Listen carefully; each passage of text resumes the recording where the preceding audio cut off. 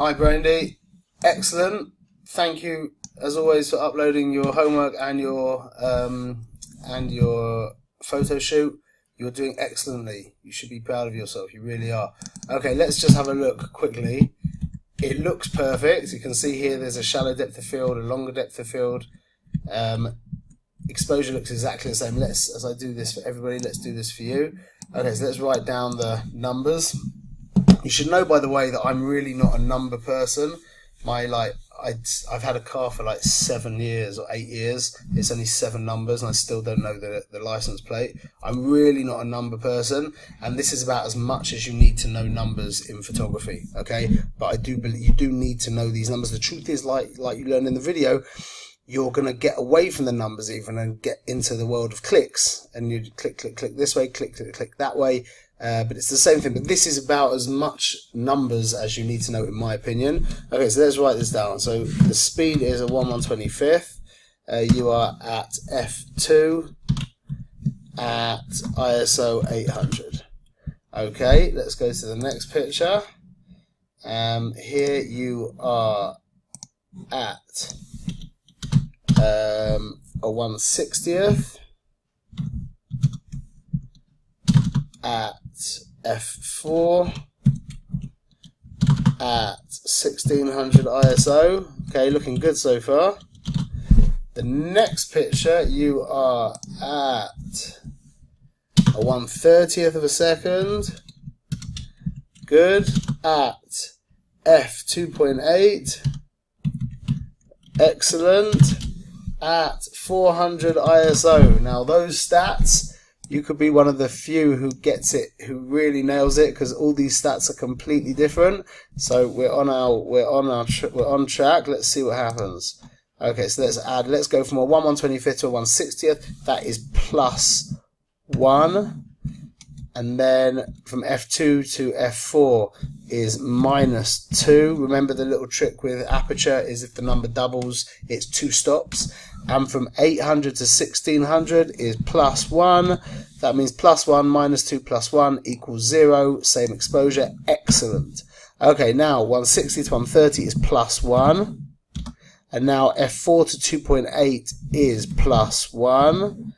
And 1600 to 400 is 800, 400 -2. +1 +1 -2 equals 0. Pat on the back. Excellent. You nailed it. You really nailed it. That really is something to be proud of. You are in the top, in my opinion, you are in the top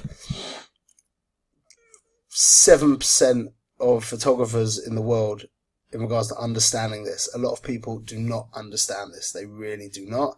And it holds you in very, very good stead for all of photography, be it portrait, event, or any other kind of photography as well. To understand what you now understand is super important. Okay, and just to see how it works out, here we've got the one with f2. We've got a longer shot. We've got a shallower depth of field. This is f4. f2.8 is in the middle. If you had some kind of like moving, like a fan or something in the picture, you would have seen the difference in the shutter speeds. Excellent, really nice one. I really appreciate that you nailed that. Okay, let's jump into your family shoot. Stats wise, perfect. Could be at 1.8, but that's really the truth is you're a drop overexposed. But the actual stats are perfect. 2/50th of a second is perfect. Drop overexposed, so you could have gone to a 3/20th of a second, which I prefer to 250. In regards to composition, it could be that I would crop in a little closer, paying attention to the direction moving this way. I think I'd probably do that. This arm hanging out is a little distracting, not end of the world distracting, and it could be, if we put in just a slight vignette, it could make a difference. Even in Picasso, that does make a difference. Remember that about vignette. Not only does it emphasize the subject and draw our attention to the subject, but it can also soften our eye grazing the edge of the canvas from any lines that intersect the edge of the canvas. Okay, nice shot. Lot of energy in that picture. I like that. You nailed the focus. I think that you weren't holding the camera perfectly still. But the focus is not. The focus is fine. It's just at a 2/50th of a second. It could be you were right in the middle of some kind of very small movement, and I think it's just a teeny bit not sharp. It's so slight that it doesn't really make a difference. Okay, great, perfect stats, perfect stats. Excellent. That's really, really impressive. Again, a drop overexposed. I'll tell you the rule is like this. When it's bright out there, the tendency is to overexpose, and when it is dark, the tendency is to underexpose. I'll explain why. When you look, your eye has in it an aperture, yeah? So you can see that, actually I can show you this really clearly. One second, I'll take my glasses off. And if you look right at my eyeball now, and then when I turn on the light, did you see it got small? I didn't see that myself, but I'm assuming that my body is working normally.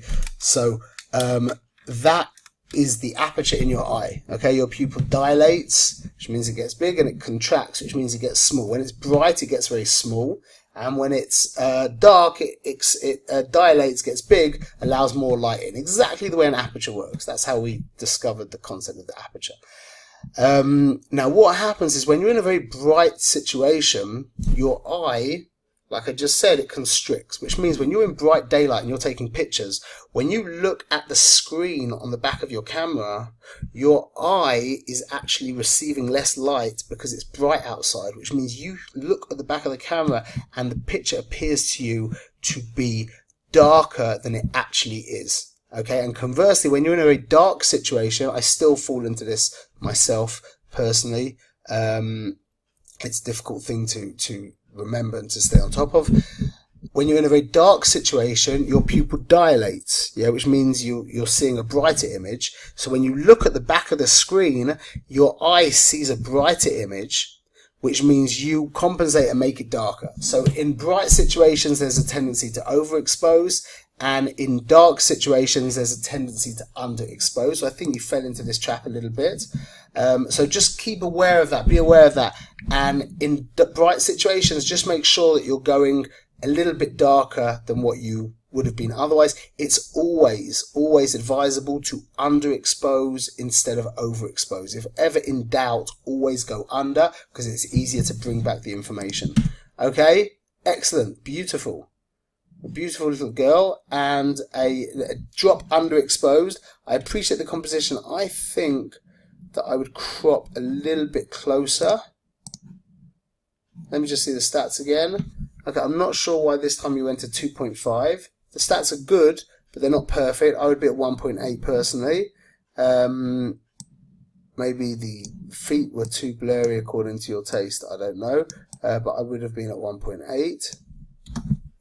I'm cropping a little closer. This one we could maybe edit in light. And this is a gorgeous picture. It really is. Just brighten it a little bit.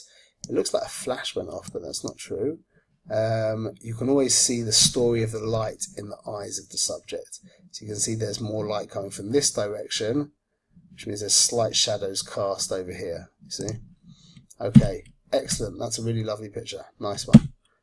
Okay, compositionally, let's just look at the stats. This should be at 1.8. This could be at 200. I would probably even go up to 400 ISO maybe, and go to 400th of a second. It depends. You've nailed the. It's a little not sharp, but that's because of your shutter speed, not because of your focus. Where's the light coming from? So like an interesting orangey tint here. The composition is beautiful. I do appreciate this composition. It's let's just have a look.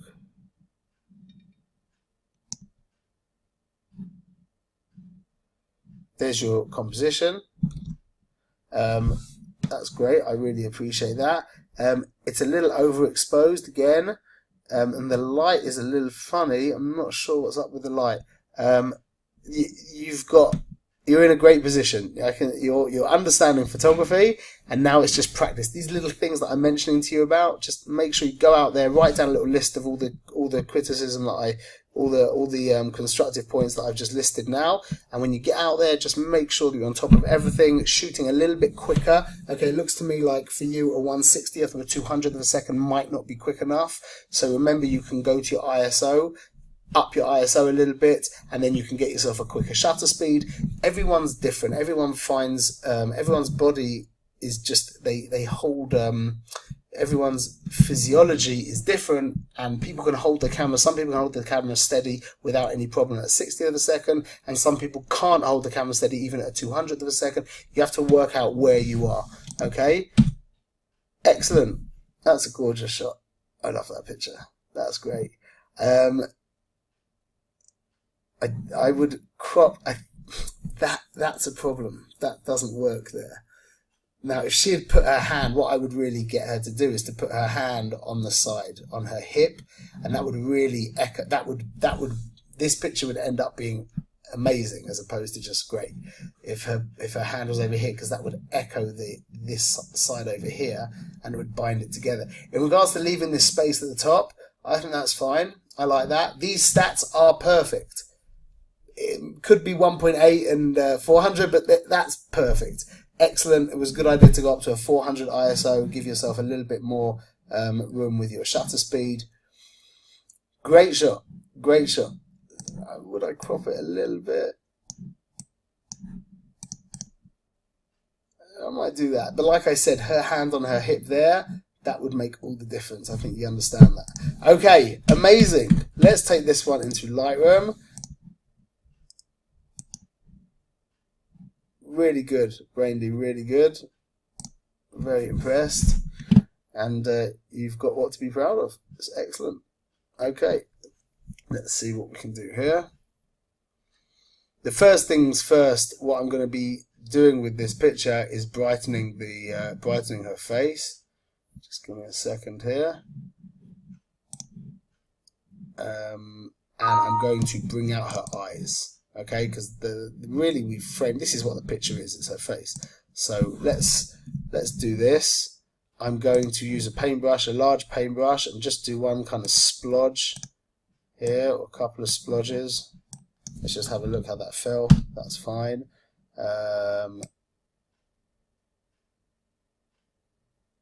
That's great. Okay, and now I will emphasize her eyes. Just go to Iris Enhance. Just paint it over there. That's great. Look at that. Excellent. Wow, awesome eyes. Perfect. Again, remember, keep the word subtle. It's Kadai to get a big piece of paper with the word subtle and stick it on the front of your computer, so that when you edit in Lightroom, you stay with subtle. It's very easy with the eyes, especially, to just go over. That's great. Okay, let's now bring in our radial tool. Let's just press H to make sure we can see what we're doing. Okay, and we're gonna do like this. I'm going to reset, and I'm going to drop the exposure a drop. I'm going to warm it up as well. I'm just doing it backwards because then we get the nice surprise when I click invert. Always nice to get surprises. And I think I'm also going to soften stuff, and then ching. I think it's a little too dark. And I think maybe, what about putting up the saturation a drop? I think so. Let's have a look from here to here. Let's just get rid of our marker. Excellent. Good work. High five. Okay, amazing. Really, really impressed, and looking forward to seeing what you do for us next week. All the best.